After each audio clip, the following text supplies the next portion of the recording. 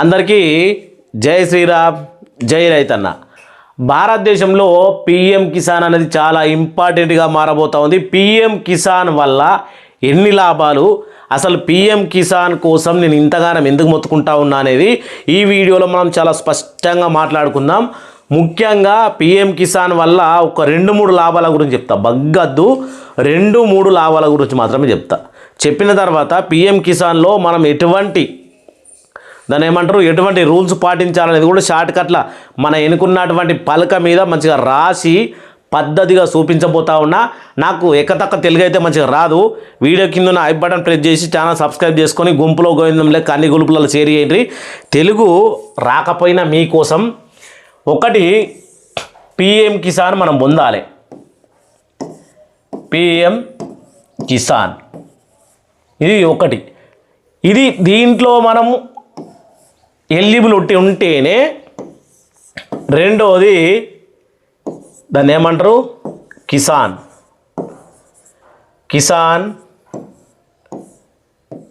Credit card. ఈ Kisan credit card అయితే ఏదుందో ఇది 5 లక్షలు రుణం పొందేటువంటి బంగారు కార్డు. 5 లక్షల రూపాయలు లోన్ పొందుతాము.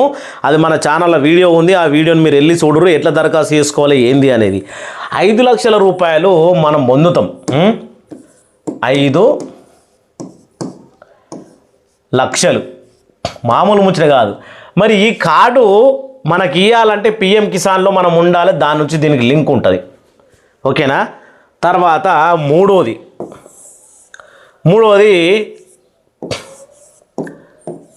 అటల్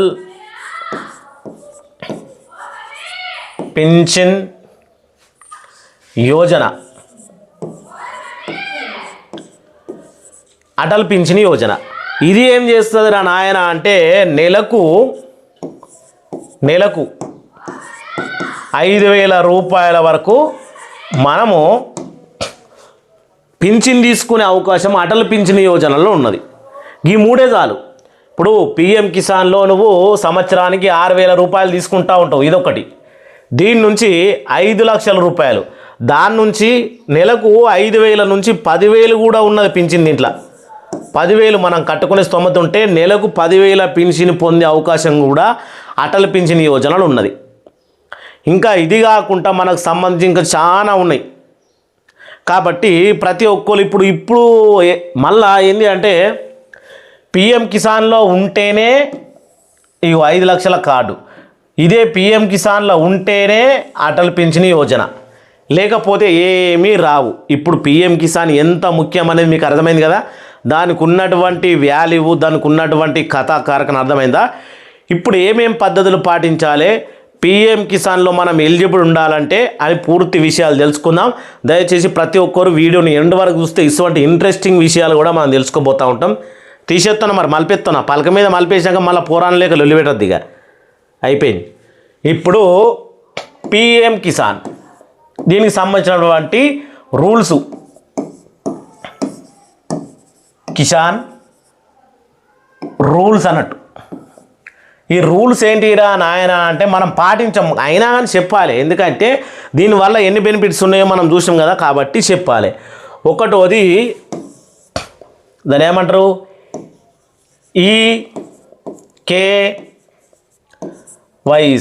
ఈకేవైసీ చేసుకోమని నేను ఎందుకు మొత్తుకుంటా ఉన్నా అంటే Kisan credit card, Atal pension Yojana, అన్న యోజన, ఇంకా అంత్యోదయ కార్డు, ఇలా ఈ రకరకాల పథకాలు ఉన్నాయి. అవన్నీ కూడా పిఎం కిసాన్కు లింక్ ఉంటాయి.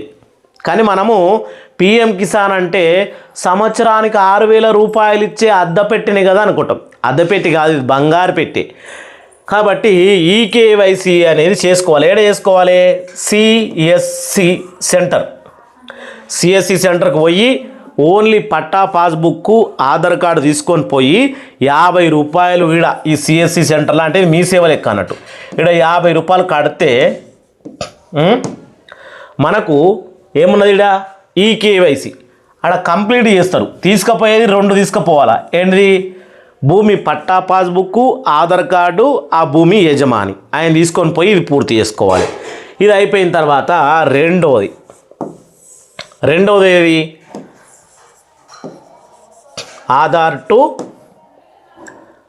Aadhaar plus bank link, bank అని పెడదాం, బ్యాంకు.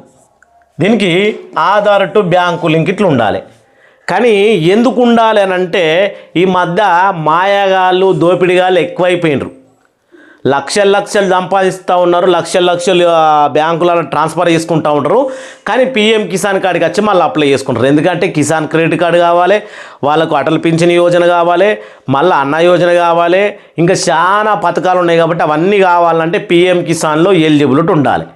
వీళ్ళని దొరకబట్టనీకి ఈ ఆధార్ టు బ్యాంకు లింక్ అనేది తీసుకొచ్చింది. మరి ఇక్కడ ఏం పెద్ద సుతారం ఉన్నది.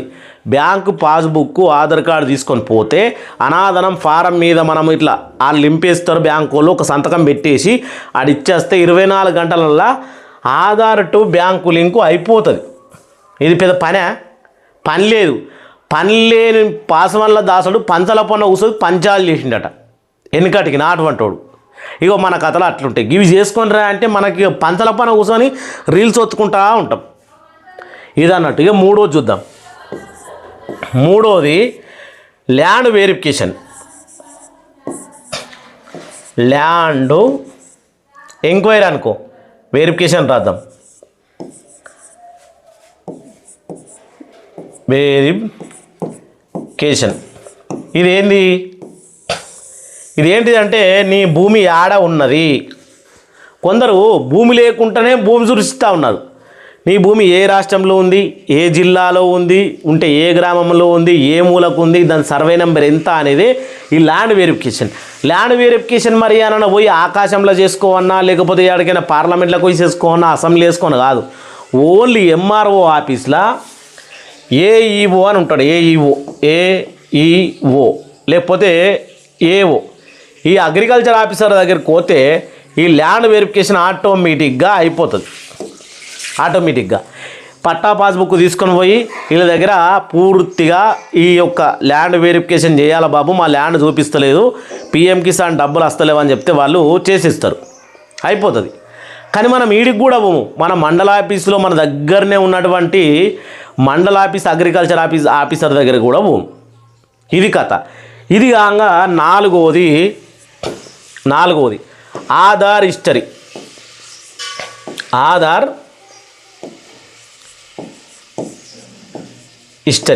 హిస్టరీ ఎందుకు మరి అని అంటే ఆధార్ హిస్టరీ చేయబట్టి చాలామందికి ప్రాబ్లం జరుగుతూ ఉంది.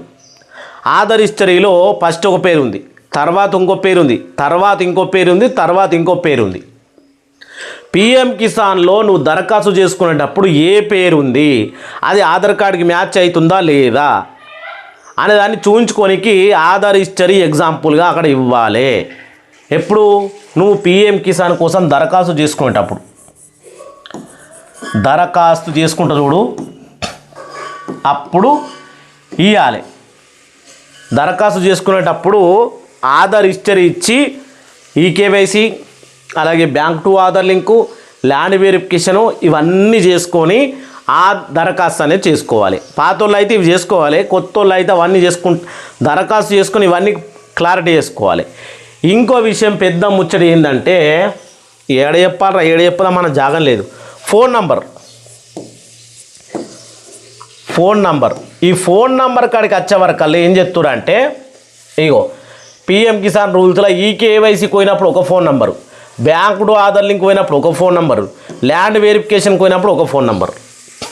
ఫోన్ నంబర్ అనేది ఒకటే ఇవ్వాలరా నాయన. ఇండ్ల వాడి తనల ఇండ్లనేమో అయ్య నంబరు, ఇండ్ల తాత నంబరు, ఇండ్ల కొడుకు నంబరు, 4 జాగాల్లో 4 నంబర్లు ఇచ్చేవరకల్లా అసలు ఆ గవర్నమెంట్లు ఉన్న వాళ్ళకు, ఈ బ్యాంకు వాళ్ళకు, ఈ ల్యాండ్ వెరిఫికేషన్ ఆఫీసర్లకు అర్థం కాక నెత్తుకొట్టుకుంటా ఉన్నారు. దేనికి ఓటీపీ పంపించాలి, దేనికి మెసేజ్ పంపించాలో అర్థం కాక. ఇప్పుడు మీకు అర్థమైంది కదా, ఫోన్ నంబర్ కూడా ఒక్కటే ఉండాలి. ఇవన్నిటి కలిపి ఒక్కటే ఫోన్ నంబర్ అనేది ఉండాలి. ఆధార్ కార్డు మీద ఏదైతే లింక్ ఉంటుందో ఈ భూమి యజమానికి, ఆయనకు సంబంధించి ఫోన్ నంబర్ ఒకటే ఉండాలి. ఈ రూల్స్ అనేవి పాటిస్తే Atal pension Yojana, Kisan credit card, PM Kisan, ఇంకా రాబోయే రోజుల్లో చాలా పథకాలు ఉన్నాయి. మనకు వరి మిషన్, ట్రాక్టరు, రోడ్రు వెటరు, ఇవి అవి. దీన్ని ఏమంటారంటే పనిముట్ల పథకం అది కూడా దాని గురించి కూడా చెప్పబోతా ఉన్నా. ముందే చెప్తే మీ హుషారుగాలు వీడియోకు సపోర్ట్ చేస్తలేరు. అందుకనే వీడియో పెట్టిన తర్వాత మీ కామెంట్లను బట్టి చెప్తా. ప్రతి ఒక్కరు వీడియో చూసిన వాళ్ళు మీ అభిప్రాయాన్ని కామెంట్ చేయాలి. వీడియో కింద హైప్ బటన్ ఉంటుంది, దాన్ని ప్రెస్ చేయాలి. ఛానల్ని సబ్స్క్రైబ్ చేసుకొని గులుపులలో దన్క షేర్ చేయాలని కోరుకుంటా ఉన్నా. ఎందుకంటే 5 లక్షల కిసాన్ క్రెడిట్ కార్డు, నెలకు 5,000 పింఛని, సంవత్సరానికి 6,000 రూపాయల పిఎం కిసాన్, ఇవన్నీ రూల్స్లు చెప్పినప్పుడన్నా కనీసం షేర్ చేయండి నాయన. అందరికీ జై శ్రీరామ్, జై భారత్, జై తెలంగాణ.